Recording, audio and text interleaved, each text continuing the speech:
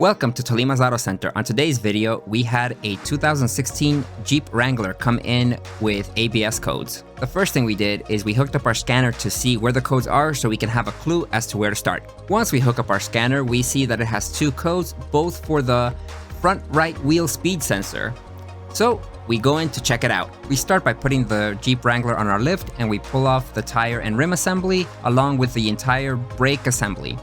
So we inspect the wheel speed sensor to see if there's anything visually wrong with it.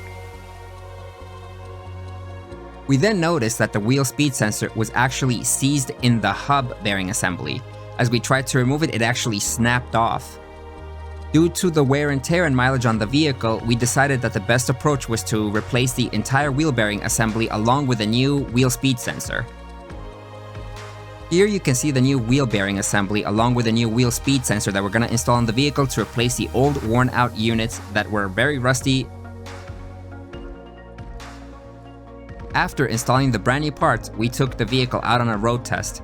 During the road test, we hooked it up to our scanner, and as you can see here, now all wheel speed sensors are reporting speed accurately and together, turning off the ABS codes and the problem that the car came with. So the problem has been resolved. If you're looking for a mechanic to repair your vehicle, you can hit up Tolima's Auto Center, your one-stop car repair shop in Long Island City, Queens.